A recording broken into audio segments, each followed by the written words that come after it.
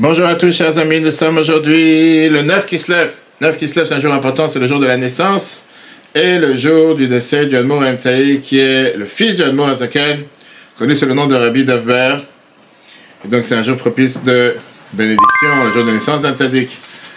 Et donc, c'est sûr qu'on bénéficiera de toutes ces bénédictions pour nos soldats, pour la guérison de tous les blessés et surtout pour le retour de tous les otages. Et la réussite de tous les soldats. Il a réfléchi pour Karinema Bat Miriam, ainsi que tous les autres personnes. Vas-y. Raphaël, Nissim, Ben Gabriel, Esther, ainsi que qui se fait opérer dans les prochaines minutes, ainsi que tous ceux qui ont besoin de réfléchir que Dieu fasse qu'on puisse entendre et partager que des bonnes nouvelles partout pour tous. On commence aujourd'hui le 6e chapitre. 6e chapitre de Sha'ar HaYichud VaEmuna. Et en un mot, c'est jusqu'à présent les 5 premiers chapitres qu'on peut revoir sur Torah.fr. On a parlé de quoi? On a parlé de Hashem ou Elohim, qu'en vérité, Midat HaChesed, c'est la vraie bonté de Dieu, c'est quand elle est canalisée. On a parlé de Shemesh U'Magan Hashem Elohim, que Dieu, il est comme le soleil et la protection du soleil. Aujourd'hui, à partir d'aujourd'hui, on va commencer à changer. L'Admour Azaken, il va commencer à nous mettre dans l'explication que Hashem ou Elohim, on peut synchroniser les deux. C'est pas juste que l'un ait un voile sur l'autre, mais c'est qu'on peut synchroniser les deux ensemble. Et on va voir comment est-ce possible, parce que jusqu'à présent on a compris le contraire. Jusqu'à présent on a compris qu'on ne pouvait pas synchroniser les deux, que c'est deux choses qui sont totalement différentes. Et là on va voir comment en réalité elles peuvent être synchronisées, c'est très très riche. Il y avait une fois un roi qui a fait une compétition de peintres, de plus grands peintres qu'il y avait dans le royaume. On leur a demandé de faire une peinture d'un arbre très beau. Ils ont travaillé énormément dur et ils ont donné les peintures au roi. Mais là, il y a eu un problème. Parce que les peintures, elles étaient faites de manière tellement artistique et tellement belle que les juges ne savaient pas comment faire, comment décider qui est le gagnant du concours. Le roi, il a dit, j'ai une idée. À la place de que les juges, comment on appelle ça, le jury va décider, on va demander aux oiseaux de décider. Ils ont décidé de mettre les peintures sur la pelouse dans la cour. Et ils se sont dit, on va voir vers quelle peinture un oiseau va s'approcher. Si les peintures sont tellement vraies, etc., etc. Et tout d'un coup, ils mettent les peintures dans la cour et ils voient que les oiseaux s'approchent d'une des peintures pour manger les fruits qui est à son arbre. Le roi a dit, ça c'est la photo, la peinture gagnante. Parce qu'on voit que les oiseaux, ils ont compris que la peinture, elle est tellement vraie que ça donne une illusion aux oiseaux comme si l'arbre il est vrai. À la fin de la tfila tous les matins, qu'est-ce qu'on dit? Ein tzur kelokeinu. Donc avec Hachem, avant Alenu, on dit qu'il n'y a pas de rocher, de roc comme Dieu. Mais en vérité, les Chachamim te disent Ein sayar kelokeinu. Il n'y a pas de peintre comme Dieu. Pourquoi? Parce que quelqu'un qui fait une peinture, il n'est pas capable de lui donner une neshama, une âme à cette peinture. La peinture, elle est morte. Alors, quand Dieu il a créé une forme, il a donné dedans une neshama. La Gemara Brachot, page 10, dit ça. On peut dire la même chose, Dieu il a créé le monde. On parle de Dieu il a créé le monde. Le monde, il est tellement parfait que parfois, on peut penser que ce n'est pas une peinture, mais c'est quelque chose de réel. Et on peut penser qu'il n'y a pas de peintre derrière. Mais en réalité, ça montre la grandeur du peintre. La grandeur du peintre, c'est qu'il t'a fait une peinture qui est tellement vraie, tellement réelle, que tu penses qu'il n'y a jamais eu un peintre. Mais il y a une énorme différence entre cet exemple des oiseaux et l'exemple de la création du monde. Parce que dans les oiseaux ne font pas partie de la peinture. Ils sont un élément extérieur à la peinture. Ils pensent que cette peinture qui est en face, c'est quelque chose de réel. Dans l'exemple, ici, la peinture, elle est réelle, elle est tellement vraie, à tel point que nous, on a l'illusion qu'on est vrai. On a l'illusion qu'on existe à part Dieu. On a l'illusion qu'on existe sans Dieu. Et on oublie qu'il y a un peintre. On oublie qu'on dépend de Dieu à chaque instant. Et ça te montre comment le peintre, il est tellement fort. Il est tellement fort qu'il te donne la conscience et l'imagination que tu peux exister sans lui. Et il y a tellement d'autres expériences quand tu as avec des films, théâtre, etc., etc. Viens la Torah, elle te dit la Gemara Brachot. Pour ça, on te dit Ein tzur kelokeinu, qu'on dit tous les matins dans la tfila, Ein sayar kelokeinu. Qu'est-ce que ça veut dire tzur? Tzur, c'est une pierre qui donne du feu. Et ça peut représenter quoi? Ça peut représenter la mida de Gvura, la rigueur, qui est représentée par le feu. Contrairement au chesed, la bonté, qui est représentée par l'eau. C'est-à-dire qu'à travers la gvura, à travers la rigueur, le Tzour, Dieu, il cache son existence, il cache sa présence tellement bien dans la photo, dans l'image, jusqu'à ce que l'image te paraît comme s'il n'y a pas eu de peintre. Ce n'est pas une image, mais c'est quelque chose de réel. Après cette introduction, et après les 5 premiers chapitres qu'on a vus de Sha'ar HaYichud VaEmunah, on a vu comment la force divine est cachée dans chaque instant de la création, et de là arrive le nom Havai, qui est le nom du Chesed, sauf que c'est caché, parce que sans ça on ne peut pas survivre. On a parlé de Tzimtzum, de ce voilage qui existe, qui vient du nom Elohim.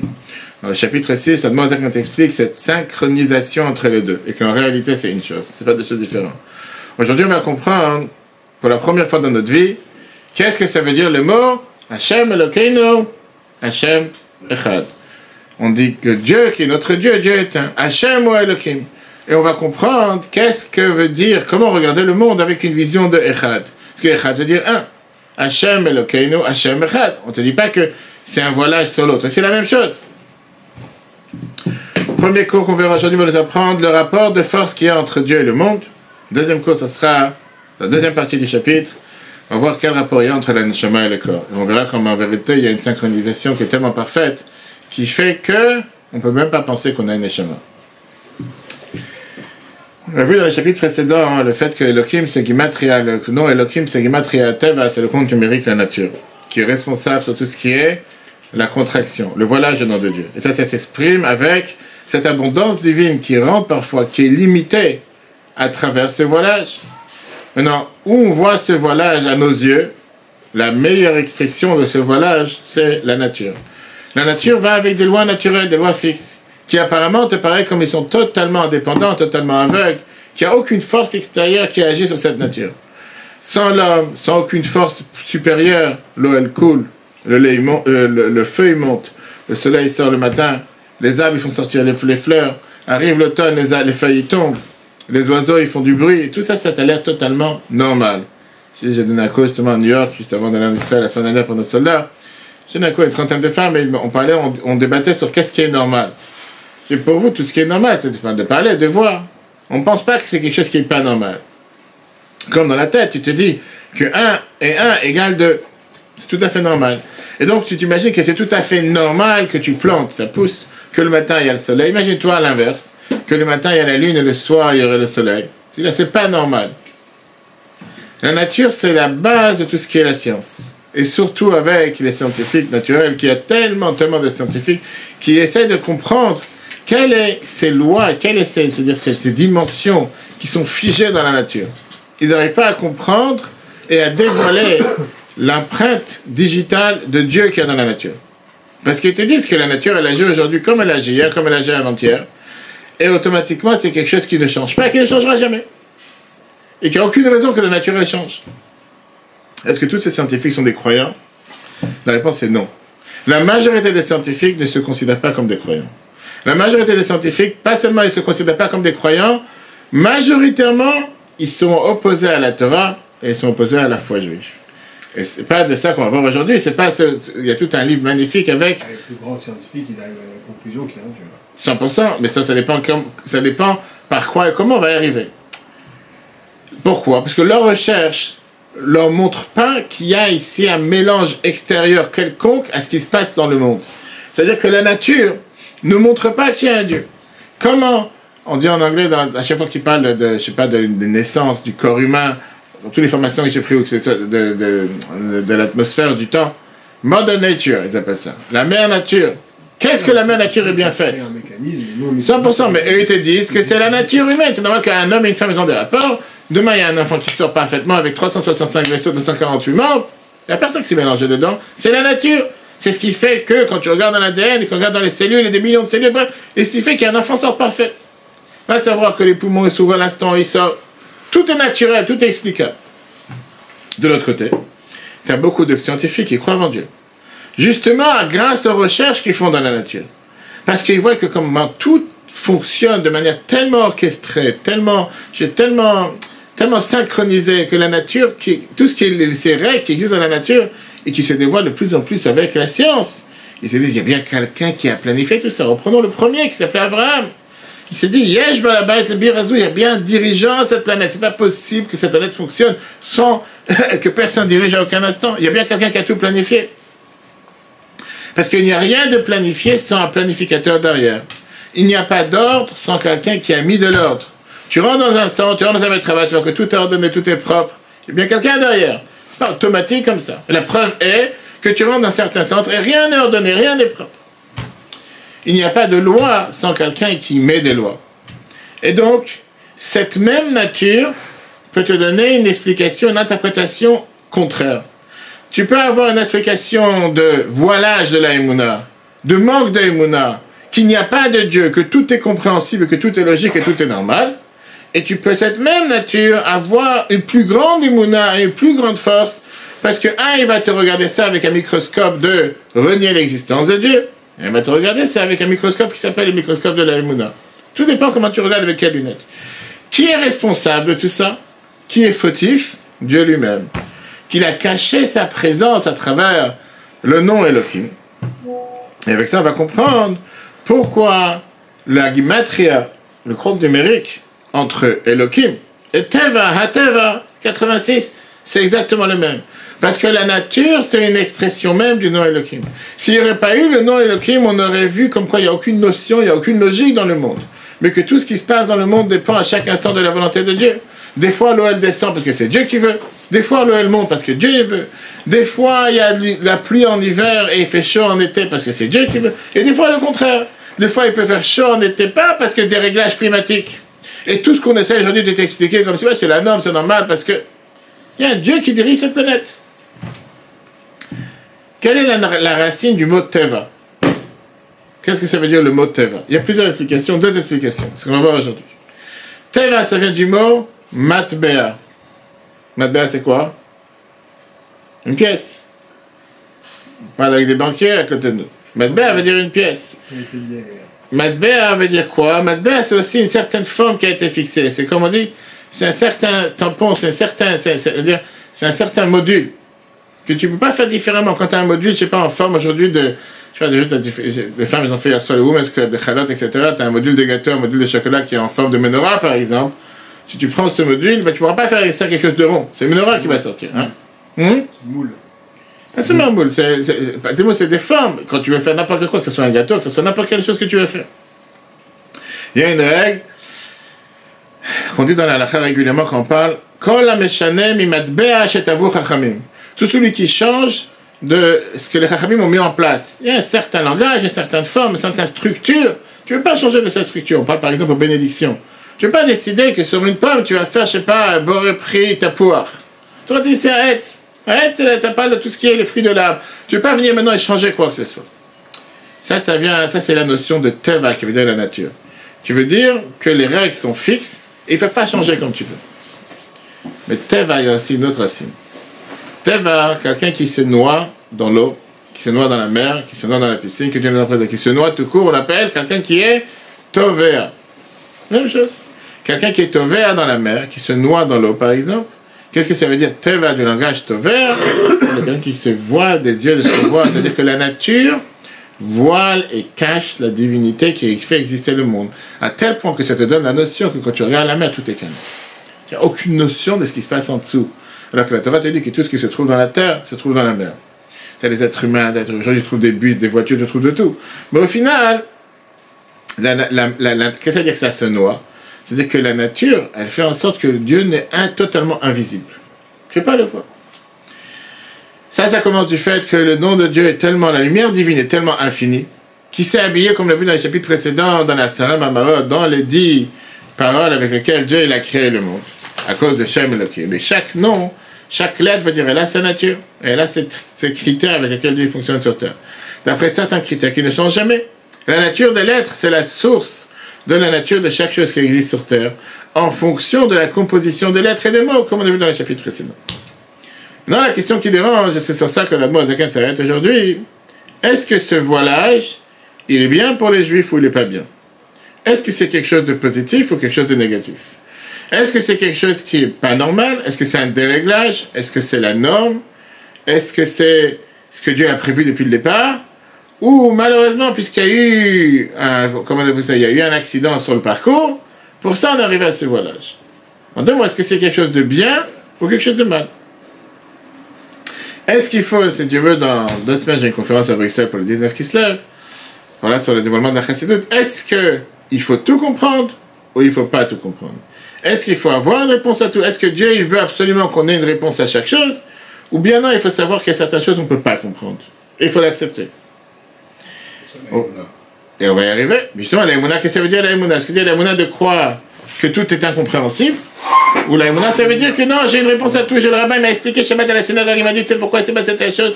C'est écrit dans tel midrash, c'est écrit dans le Zohar. Tout est clair, tout est orchestré. Il n'y a rien à craindre. Avance, pas de pression à poser. Tout est. Ou bien non, je n'ai pas d'explication. On retourne au chapitre 4. Et on a vu dans le 4e chapitre que Shemesh Umagen Hashem Elokim. On a vu que Dieu se dit le soleil et sa protection c'est Hashem Elokim. Le nom de Dieu c'est Shemesh, c'est le soleil. Et de sa force arrive une force infinie pour la création du monde. Shem Havai est le nom de Dieu, c'est celui qui crée le monde tout seul, sans Shem Elokim. La conséquence, elle est qu'à ce moment-là, le monde ne peut pas exister, ne peut pas avoir son propre existence, parce que le nom de Dieu est trop fort. Pour ça, on serait devenus des robots qui sont dirigés par Dieu. C'est-à-dire qu'on n'aurait pas pu vivre de la manière comme on vit actuellement. Comme la Torah te dit qu'il ni Adam Vachai, l'homme ne peut pas te voir, ne peut pas voir Dieu et pouvoir vivre. Parce que toute la vie de la conception actuelle des choses, elle est basée sur le fait que l'homme a un yesh, a cette existence, il existe tout seul, et il a cet instinct de survie qui veut le faire vivre. Et tu ne peux pas vivre en étant néant, en te disant « je n'ai pas envie de vivre ». Puisque Dieu il a voulu créer un monde, comment dire un monde? Un olam, Milachon, Elem, un monde qui vient du mot voilage, qui s'est voilé, caché, dans lequel Dieu a donné la possibilité à chacun d'entre nous de pouvoir exister, d'avoir son identité, d'avoir sa personnalité, d'avoir son champ d'action, avec une possibilité de pouvoir exister et avoir un libre arbitre total. Pour ça, Dieu il a utilisé ce qu'on appelle Shem Elokim. Le nom Elohim qui vient cacher cette présence divine et qui donne place et qui laisse le monde, qui laisse la personne exister. Avec ça, ce Shem Elohim, on a expliqué dans le chapitre 4, c'est cette protection sur le soleil du Shem Havai, du nom de Dieu, que le monde ne va pas brûler dans sa conception actuelle des choses. Ce qui veut dire, quand tu réfléchis, Shem Elohim n'est pas une existence, le nom de Dieu n'est pas une existence, ce n'est pas un but différent du nom d'Havai. Comme si on parle de deux forces séparées. Bien sûr que quand on a vu dans les attributs, on a le chesed et gvura, on a la bonté et la rigueur. Le Shem Elohim n'est pas là pour voiler, pour embêter, pour cacher, pour faire en sorte que le nom de Dieu ne soit pas présent, comme s'il s'oppose au nom de Dieu. Pas du tout. Mais au contraire, il donne la possibilité au nom de Dieu de pouvoir continuer à agir sur terre. Et donc, la Midat HaGvura, l'attribut de rigueur, elle est au service de Midat HaChesed. Et c'est ce qu'on appelle en un mot, ce qu'on dit dans les Sphirot de Sfirat HaOmer, Gvura Shebechesed. La rigueur qu'il y a dans la bonté. Et que tu es obligé d'avoir les deux ensemble. L'un sans l'autre ne marche pas. Et le meilleur exemple qu'on a pour ça, c'est par rapport à des parents et des enfants. Quels parents et enfants? En général, les parents, ils sont ce qu'on appelle chesed. Qu'est-ce que ça veut dire chesed? Ils ont une bonté envers les enfants, qui donnent sans fin aux enfants. Mais quand les enfants ils grandissent et ils se marient, à ce moment-là, les parents, ils choisissent parfois de diminuer ou de minimiser ou de contracter le fait comment ils se mélangent dans la vie de leurs enfants mariés. C'est quelque chose de bien ou quelque chose de mal. Dans tous les cours que je donne de Shalom Bayit, quand on regarde les centaines de lettres du Rabbi sur le sujet, c'est la meilleure des choses qu'on peut faire pour assurer qu'il y ait la paix dans le couple. Et quelqu'un qui n'a pas compris que son enfant qui s'est marié, il faut qu'il prenne ses ailes et il faut qu'il se débrouille tout seul. Mais sûr qu'un parent peut être là pour conseiller.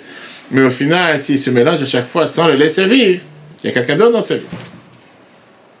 Mais ça ne veut pas dire que les parents doivent arrêter d'aimer les enfants. Au contraire, ils veulent laisser aux enfants ce qu'on appelle leur intimité, leur indépendance. Et automatiquement, pour que Midat HaChesed, la bonté, puisse donner son indépendance, elle ne peut pas le faire elle-même. Parce qu'elle-même, elle va toujours chercher à vouloir aider, se mélanger, être présent, être active, comme s'il n'y a aucun changement. Elle est obligée d'utiliser Midat HaGvura, qui est l'attribut de rigueur, qui parfois empêche de donner, pour pouvoir faire en sorte que les enfants vont grandir tout seuls. Et ça s'appelle Gvura Shebechesed. Le deuxième exemple qu'on a, C'est avec les enfants qui vont dormir le soir. L'enfant, le soir, à 9h, ils ne veulent pas aller dormir. Et il te dit, non, je ne suis pas fatigué. Qu'est-ce que tu fais? Tu tapes? Je ne sais pas si c'est dans quel monde. Mais comment on fait? Comment il agit, monsieur le rabbin? En train d'écrire, pendant le cours, en train d'écrire un message pour demander à sa femme qu'est-ce qu'il faut faire quand les enfants ne vont pas dormir. Qu'est-ce que tu fais? Tu dis, viens dans mon lit. Viens dans mon lit, mon chéri. Viens passer la nuit avec moi. Catastrophe. Catastrophe. Alors, qu'est-ce que tu fais? Tu dois être dur. Qu'est-ce que ça veut dire être dur? C'est à la lumière. J'ai dit, maintenant, il faut dormir. Je suis rentré hier soir, j'ai mon fils là, il a 5 ans, qui me disait, il était 9h. Il dit, non, je vais voir une vidéo. Je fais, mais non, demain. Je fais, non, mais j'ai envie de... Il a commencé à crier, il a commencé à pleurer. J'ai dit, demain. Ce soir, il est déjà tard. Maintenant, il faut dormir. Et je l'ai amené dans sa chambre. Et bien sûr, on a embrassé, on a fermé la lumière. Mais je n'ai pas décidé d'agir avec chesed, ce qui est un faux chesed, de dire, je vais agir avec bonté, parce que le malheureux, le pauvre, il est en train de pleurer. Pourquoi tu fais pleurer le pauvre? Au contraire, il te dit qu'il veut voir un film. Laisse-le voir un film, minuit, 1h. Alors tu es obligé d'agir avec ce qu'on appelle cette gvoura shebe chesed, parce que tu t'inquiètes pour son bien-être. Et tu sais que s'il ne va pas dormir maintenant, demain il va avoir du mal à se réveiller. Alors tu es obligé d'être gvoura, qui est ce qu'on appelle une rigueur. Mais ce n'est pas une rigueur qui empêche le chesed. C'est une rigueur qui vient faire du chesed. Sur ça, Tehillim, sur ça, David Amalek, le roi David, dans le psaume 89, te dit la fameuse phrase, chapitre 3, qui est Amarti Olam Chesed Yibane. Dieu, il a dit, j'ai créé le monde avec chesed, avec la bonté. Le monde, la création du monde, c'est un chesed de Dieu, c'est une bonté de Dieu. Mais pour qu'il puisse exister, avoir ce chesed, ce monde, Milachon Elem, qui est volé, doit utiliser Gvura Shebe Chesed. Donc là, la Noël est en train de te faire comprendre que ce qu'on a dit jusqu'à présent, que c'est comme si c'est deux choses différentes, c'est pas deux choses différentes, c'est exactement la même chose. Il y a une synchronisation entre les deux, et que pour avoir un bon fonctionnement du monde, tu es obligé d'avoir les deux ensemble. Tu ne peux pas avoir l'un sur l'autre. Regardons le début du chapitre 6. Perek Vav. Shem Elohim, le nom Elohim, ou Shem Edat Agvura Tzimtzum, on l'a expliqué déjà que le nom Elohim c'est quoi? C'est le nom de la rigueur et de la contraction. Velachanugam, Ken Begimatria Teva. C'est pour ça qu'il est aussi le compte numérique à Teva, qui veut dire Ha-Teva, la nature. Donc les deux ont le même compte numérique, 86. À Teva, c'est 5, 9, 2 et 72. 5, 9, 2, 72 égale 70, pardon, ça fait 86. Le Phi, pourquoi? Parce que chez Mastir, parce qu'il vient cacher, le nom Elohim vient cacher la lumière, chez le malade en haut, qui fait vivre le monde. Le Nire, ça a l'air que Ilwa Olam, Omed, ou Mitnahek, Betelech ça donne l'imagination comme si le monde existe de manière totalement voilée. Comme si le monde, il est sans renouveau à chaque instant, et il se conduit de cette manière avec la voie de la nature. Shem Elohim, le nom Elohim Zeh, ou Magen, c'est une protection, Venartek et une enveloppe de Shem Havai pour le nom de Dieu, le tétragramme, qui son rôle c'est quoi? Les Alim Ha'ov, de cacher la lumière et la vitalité, un Imshach Mishem Havai, qui vient du nom de Dieu. Mehave, Mehain Neyesh, et qui te donne l'expression de pouvoir exister du néant à l'existant, chez l'Oïd Galé, que surtout ne se dévoile pas ce nom d'Havaï, ce nom de Dieu, l'Anivraïm aux créatures, parce que si jamais ça se dévoile, comme le soleil, à ce moment-là, qu'est-ce qui se passe? Ils vont totalement disparaître. Prinat Vorazo, cette rigueur, cette contraction, qui vient cacher sur la lumière divine, ou Gamken Prinat Chesed. C'est en réalité aussi un attribut de bonté. Chez Olam Bibanebo, que le monde soit créé à l'intérieur de lui. Vezoi Prinat Gvura Klula Bechesed. Ça, c'est quoi? C'est la Gvura, la rigueur, qui est inclue dans le Chesed. Donc, c'est pas deux choses contraires, mais en réalité, c'est exactement la même chose. Le meilleur exemple qu'on a avec cette composition et cette synchronisation, c'est l'histoire que la Gemara nous raconte sur un fameux Choni Amergel. C'est quoi l'histoire de Choni Amergel? J'ai entendu parler? Bien sûr que tu as entendu parler. Hein? Choni Amergel? On l'a raconté plusieurs fois, bien sûr. La Gemara Brachot, page 19a, te raconte sur ce fameux Chacham, Choni Amergel, qui vivait au temps du deuxième temple, et qu'une fois, le peuple juif lui a demandé de prier à Dieu pour faire tomber la pluie. Choni Amergel, il est parti, il a parlé, il a dit que il fasse rentrer des choses qui vont parfois s'esquinter à cause de la pluie, des choses qui restent dans la cour, etc. Parce que bientôt la pluie va tomber. Il a commencé à prier, la pluie ne tombe pas. Qu'est-ce qu'il a fait? Il a fait un cercle avec son bâton dans la terre, dans le sable. Il est rentré dans le cercle, il a dit, Ribbono shel olam, maître du monde, le peuple juif m'a nommé pour faire tomber la pluie. Je jure que je ne sors pas du cercle jusqu'à ce que la pluie tombe. Au départ, ça a commencé à tomber tiftoufim, quel Agmara te dit, c'est commencé quelques gouttes. Choni Amaga, il a dit, c'est pas pour ça que j'ai prié. Je veux de la vraie pluie. Ça a commencé à tomber, de la vraie pluie. La pluie qui était un déluge. Choni Amaga, il a dit à Dieu, c'est pas ça que j'ai demandé. Je veux Gishmei Bracha. C'est là qu'elle a commencé à tomber, une pluie comme il fallait. Ça, c'est l'histoire que l'Agmara te raconte. Mais la question est qu'elle a demandé, pourquoi depuis le départ, Dieu n'a pas fait tomber Gishmei Bracha? Pourquoi depuis le départ, quand il a demandé de la pluie, quoi? Dieu, il ne comprend pas son langage. Depuis le départ, il fait tomber la pluie normale. Pourquoi au départ, il n'y a pas de pluie? Ou bien très peu. Après, il y a ce qu'on appelle des déluges qui ont tout détruit. Et à la fin, Gishmei Bracha.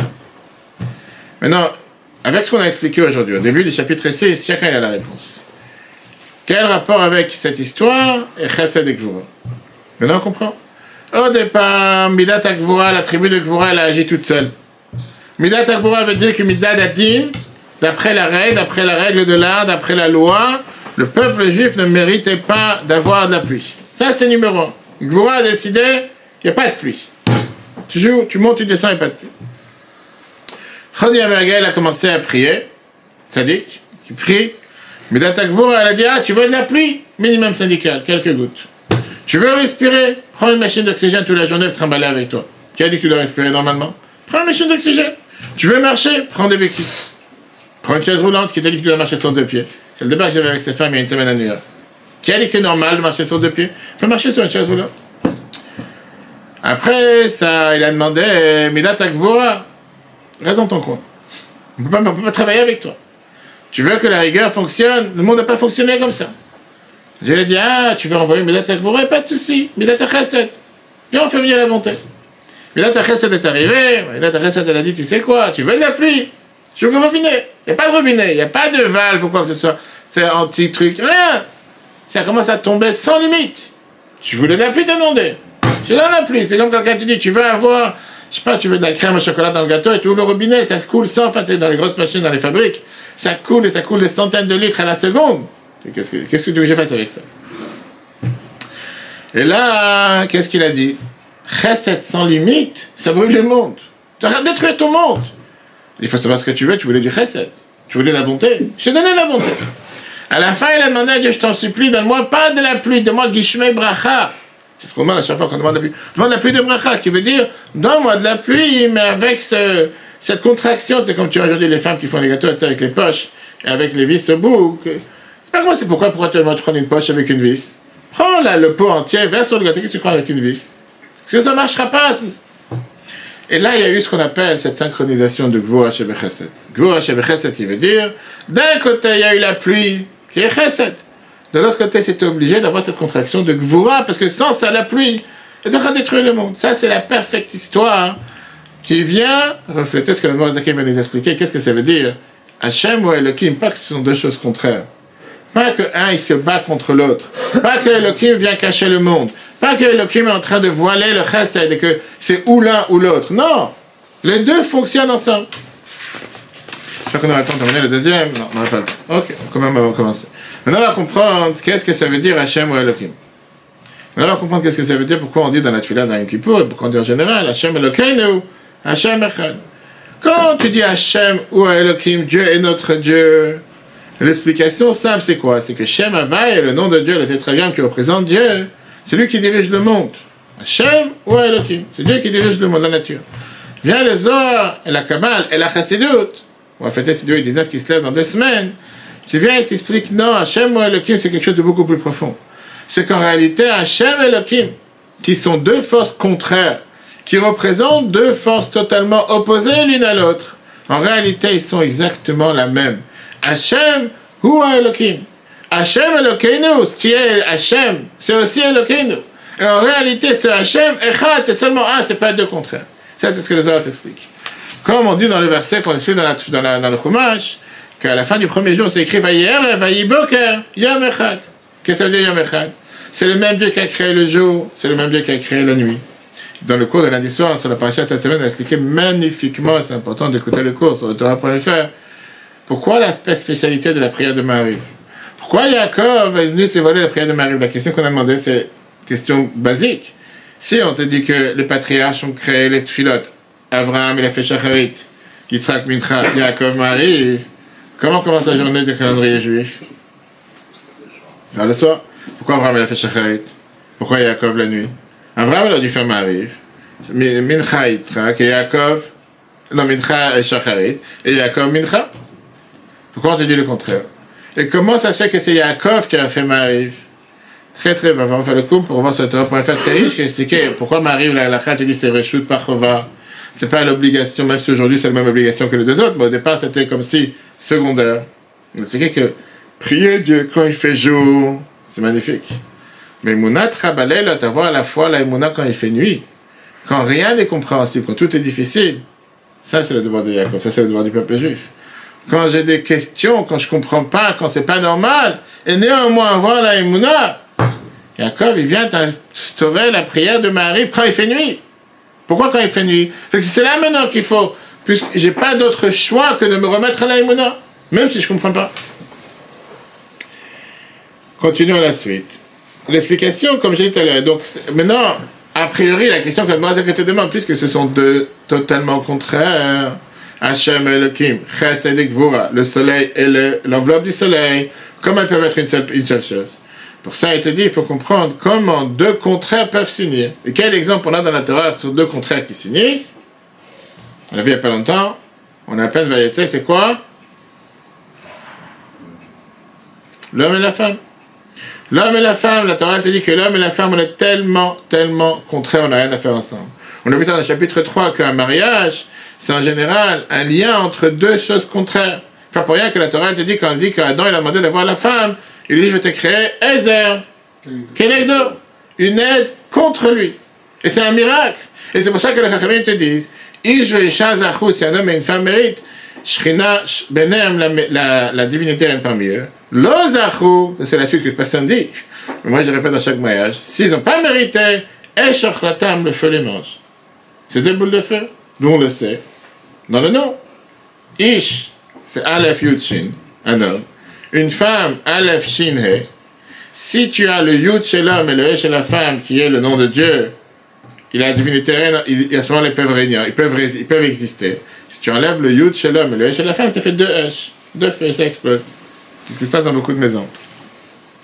Maintenant, pourquoi la Gemara te dit que si la divinité part de l'homme et la femme, le feu les mange? Parce qu'un homme et une femme sont contraires. De eux-mêmes, ils ne peuvent pas vivre ensemble. Ils ne peuvent pas survivre ensemble. De eux-mêmes, ils n'ont aucune raison de vivre ensemble. Maintenant, peut-être ils vont pouvoir vivre ensemble pour un certain temps, pour un intérêt quelconque. Pour construire une maison, pour acheter une maison, pour avoir un enfant, mille raisons. Mais tôt ou tard, le mariage va exploser. Et il va se dévoiler qu'on parle de deux gens totalement contraires, que chacun tient la carrosse ou tient la charrette à sens inverse.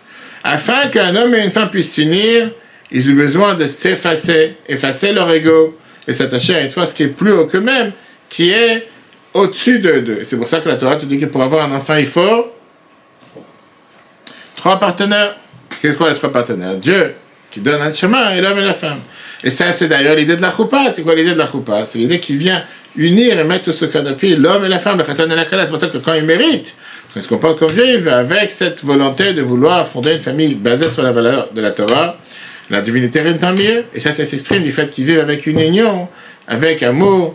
Mais quand malheureusement, des fois, ils se déconnectent et que chacun il veut s'exprimer son ego et effacer l'autre et il pense qu'à lui, automatiquement, les deux égos explosent et ça fait que le feu les mange. On voit ça aussi dans la prière qu'on dit tous les jours, avec la prière qui a été prise d'ailleurs de Eyav, de Job, qui a beaucoup souffert. Oseh Shalom Mimromav. C'est quoi cette phrase Oseh Shalom Mimromav? À quoi on fait allusion? Celui qui fait la paix dans les cieux, à quoi on fait allusion? Les Chachamim te disent qu'on parle de Shalom de l'ange, de la paix qu'il y a entre l'ange Michael, qui est l'ange de l'eau, Malach Gabriel, l'ange Gabriel, celui qui est à côté de moi, qui est l'ange du feu, que d'après, entre eux, ils ne pourront pas survivre, ils ne peuvent pas s'unir, le feu et l'eau ne vivent pas ensemble, parce que le feu et l'eau est contraire. Mais quand Dieu il se dévoile à l'intérieur de ses anges, l'eau et le feu s'effacent pour faire la volonté de Dieu. Et comme ça, ils peuvent résider, ils peuvent agir sur terre. Et où on a vu ça? On a vu ça dans Makat Barad, la plaie de Barad qui a eu la grêle qui est tombée en Égypte. C'était quoi hein? C'était des boules de pétanque, des boules de glace avec du feu à l'intérieur, qui étaient les deux ensemble. Tu comprends? Qui fait que les deux étaient totalement ensemble, et ça fait qu'ils ont eu. Donc la conclusion, c'est quoi? C'est que quand tu vois deux choses contraires qui réussissent à s'unir, c'est la meilleure preuve qu'ils sont unis grâce à une force qui est au-dessus d'eux. Et donc cette force, c'est qui fait qu'ils s'unissent. Si tu ne réussis pas à les unir et ils se séparent, c'est pas que ils s'étaient unis un certain temps, ils se sont séparés. Depuis le départ, ils n'étaient pas attachés. Et donc ça, c'est la réponse que ça veut dire Hashem Elohim. Quand on voit que les enfants dans une famille sont tous unis, ça montre comment ils honorent les parents, ils sont attachés avec les parents. Parce qu'en réalité, chaque enfant devrait chercher son propre ego, sa propre existence. Cette union, c'est la raison pour laquelle on dit dans la tefila, Bacheinu Avinu, Kulanu Ke'echad, bénis-nous quand on est tous unis. Quand on est tous unis, ça montre qu'il n'y a pas seulement cette union entre nous, mais l'union avec Dieu. Avec ça, on va comprendre, on verra si Dieu va la semaine prochaine, parce que c'est dommage de rentrer dans tout ce long débat du 6e chapitre. On comprendra que quand tu regardes la nature, quand tu regardes la création du monde, tu vois en réalité comment il y a une synchronisation totale à chaque instant entre Hava et Elohim. D'un côté, tu vois la création du monde, ça c'est une expression du nom de Dieu. De l'autre côté, tu vois le voilage du nom de Dieu, parce que tu vois la nature, ça exprime Elohim. Comment tu peux avoir les deux qui travaillent dans la même unité alors qu'ils sont contraires? Ça vient du fait qu'Hava Echad ou Shmo Echad. Le fait que Dieu il a 7 noms qui représentent les 7 attributs avec lesquels Dieu il fonctionne dans le monde. Plus que ça, on avait les 10 attributs avec lesquels il fonctionne sur Terre. On aurait pu penser que les attributs avec lesquels Dieu il fonctionne sont séparés de Dieu. Mais la Torah te dit que non. Tout est uni, tout est synchronisé, et en vérité, c'est une seule chose. Hashem ou Elohim. Lui, un c'est Chesed, l'autre c'est Gvura. Ils ne sont pas censés travailler ensemble, mais au final, les deux ensemble font en sorte que le monde peut exister. Comment et pourquoi? On verra ça c'est Dieu la semaine prochaine. Dommage de rentrer dans toute cette explication magnifique. En tout cas, le cours sera en replay sur Torah.fr. Que Dieu fasse qu'on entende et qu'on partage que des bonnes nouvelles pour tout le peuple juif, particulièrement pour nos frères et sœurs en Israël. Très bonne journée à tous et Dieu veut la semaine prochaine.